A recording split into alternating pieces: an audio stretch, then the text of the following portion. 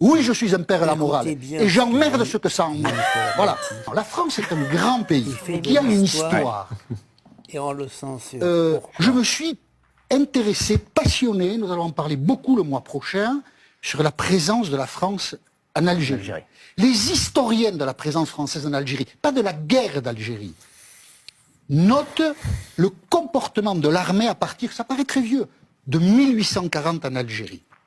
Et ça n'est pas un débat anachronique parce qu'il y a une campagne de presse européenne pour dénoncer l'agissement de l'armée française qui tuait des musulmans à très grande échelle lors de la conquête. Il y a eu une campagne de presse en juin 1845 et un débat à la Chambre des Pairs à Paris en juin 1845 où le ministre de la Défense de l'époque, le maréchal Soult, a dû répondre aux parlementaires et défendre l'attitude de l'armée. Parmi tous les militaires de la galaxie, il y en a un dont on ne parle jamais, dont moi-même je parle peu, qui s'appelle Louis Juchot de la Mauricière.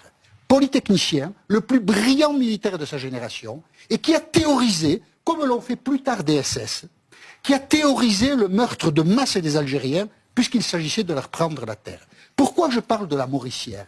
Parce que, et Charles-André Julien, qui est l'un des grands historiens, trop peu connu du grand public, de la présence française en Algérie, dit qu'il était le plus inhumain de tous. Il préconisait de tuer les hommes combattants ou pas, les femmes et les enfants. Tuez-les tous. Louis Juchot de la Mauricière, aujourd'hui, moi ça me choque. C'est ça mon côté père à la morale. Ça me choque. Il a aujourd'hui une école maternelle à son nom à Paris.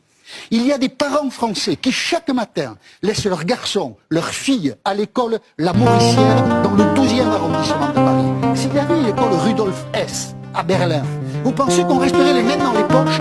Oui, je suis un père à la morale et j'emmerde ce que ça emmerde.